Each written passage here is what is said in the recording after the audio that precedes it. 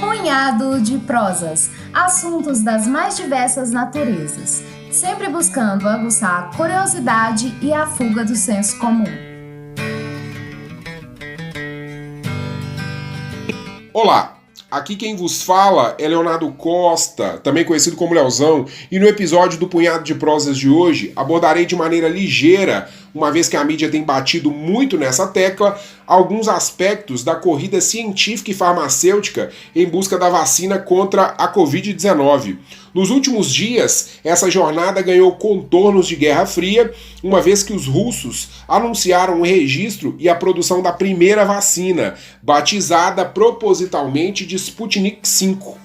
Assim, se estabelece de maneira muito clara um tabuleiro geopolítico envolvendo o pioneirismo da descoberta do medicamento, onde os russos largam na frente, e os estadunidenses ficam no segundo plano, pelo menos nessa primeira rodada de acontecimentos.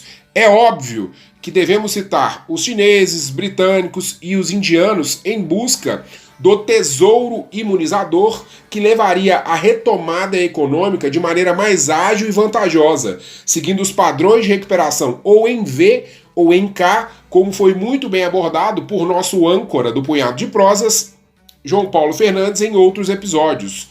Entretanto, tentarei relacionar situações onde a vida tem imitado a arte, ou a arte se baseando na vida, produzindo livros e filmes cuja temática passa justamente pelos testes com cobaias humanas, saltando importantes etapas de segurança, em troca de vantagens econômicas ou políticas no cenário mundial.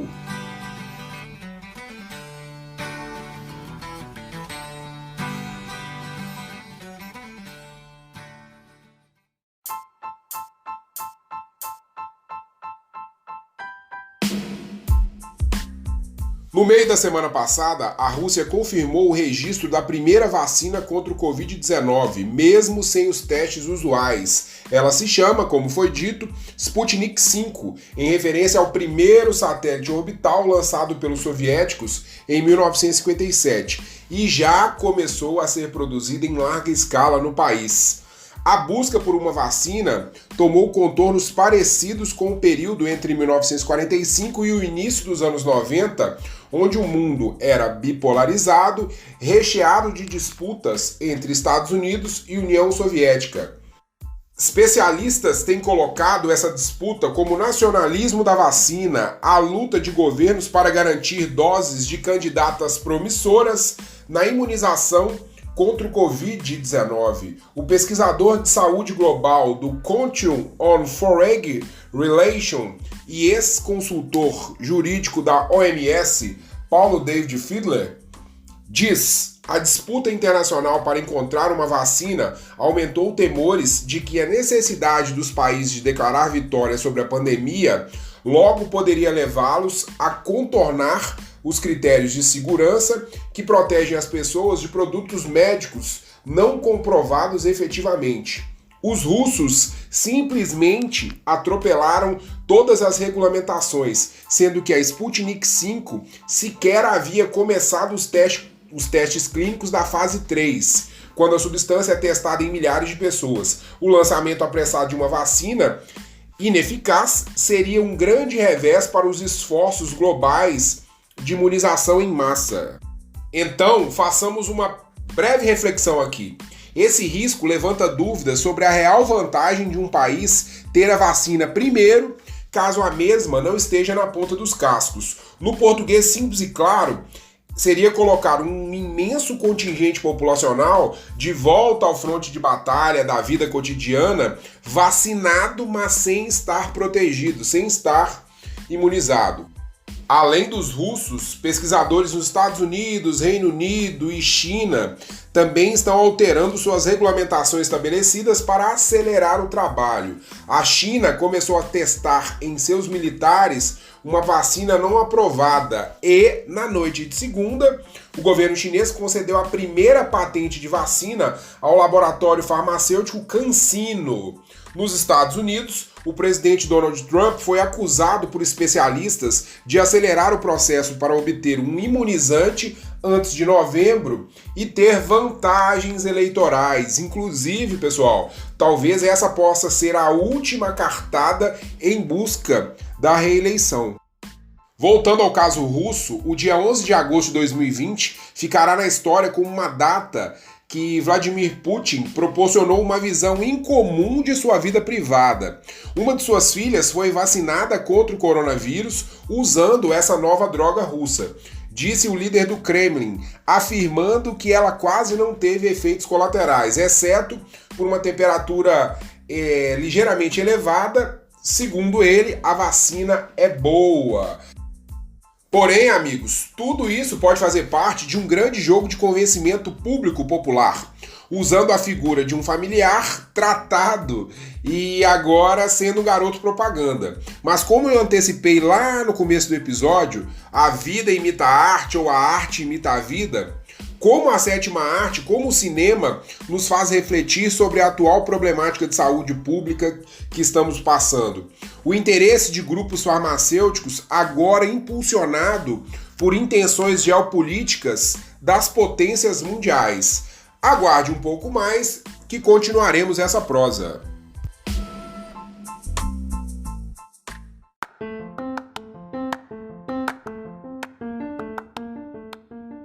O filme O Jardineiro Fiel, dirigido pelo cineasta brasileiro Fernando Meirelles, lançado em 2005, baseado no livro de John le Carré, publicado em 2001, aborda o envolvimento entre um diplomata britânico, o Justin Quayle, protagonizado pelo ator Ralph Fiennes, e uma ativista de direitos humanos, a Tessa, no caso a atriz Rachel Weisz, formando um casal.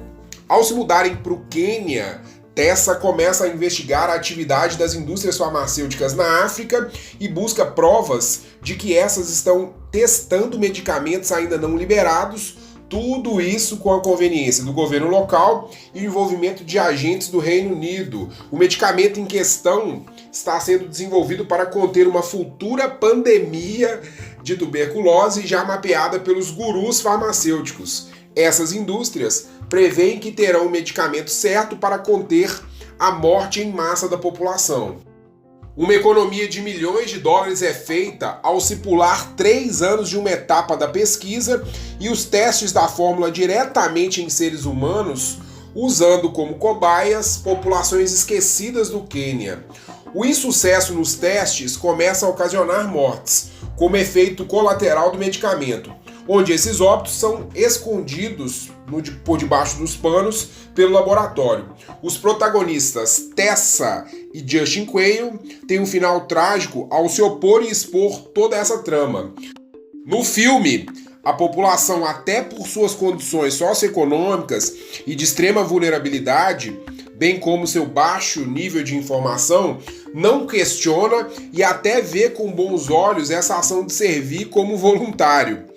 No contexto a qual estamos vivendo, a vacina, óbvio, é o objetivo de todos, para que possamos voltar às nossas rotinas, mas não a qualquer preço. Voltando aí à temática central, a lista de países interessados na vacina russa, mesmo sem testes e regulações, já inclui as Filipinas, onde o próprio líder populista Rodrigo Duterte diz que vai tomar uma dose, além de países como a Sérvia, os Emirados Árabes, a Arábia Saudita, o México e o Brasil.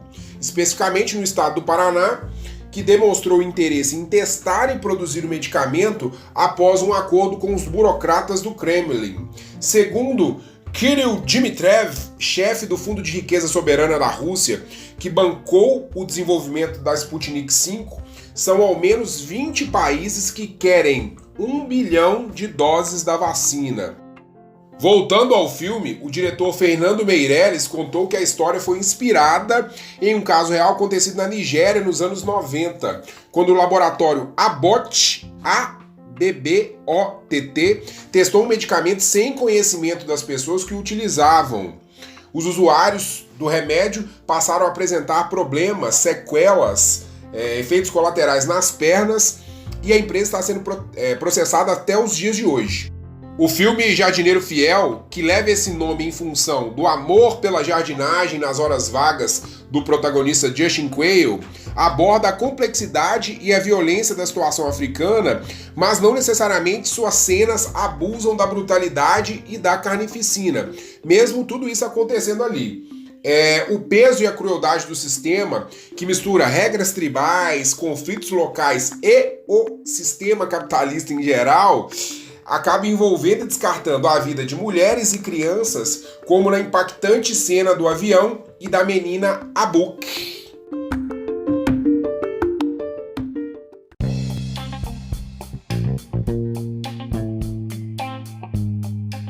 Amigos, o Punhado de Prosas se encaminha para o final, mas antes eu gostaria de parafrasear Thomas Bolick, diretor do Programa de Saúde Global do Conselho de Relações Exteriores dos Estados Unidos. Abre aspas para ele: o nacionalismo da vacina não é apenas moral e eticamente repreensível, é contrário aos interesses econômicos, estratégicos e de saúde de todos os países. Fecha aspas para ele.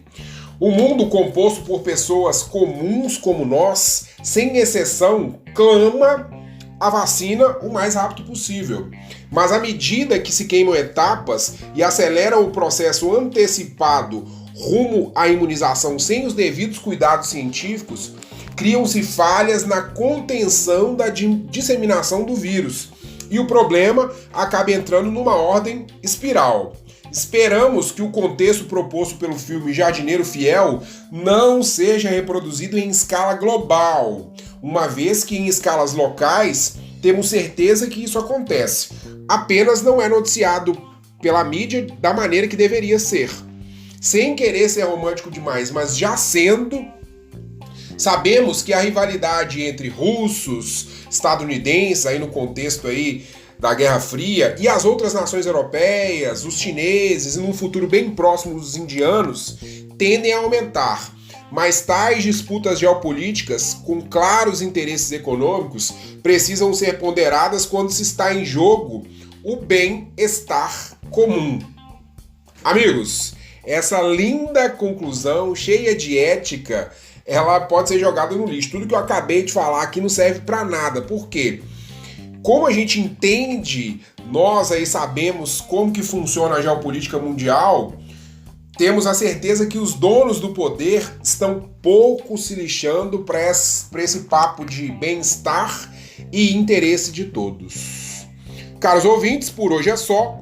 Espero que tenham curtido esse episódio. Compartilhe com os seus o nosso Punhado de Prosas. Lembrando que estamos em todos os aplicativos, todos os tocadores de podcast, no YouTube e também no Instagram. Apareça por lá, participe de nossas consultas. O episódio da semana que vem será montado levando em consideração uma enquete. Na sexta-feira, João Paulo Fernandes estará de volta com mais um relevante tema para reflexões. Um forte abraço e até mais!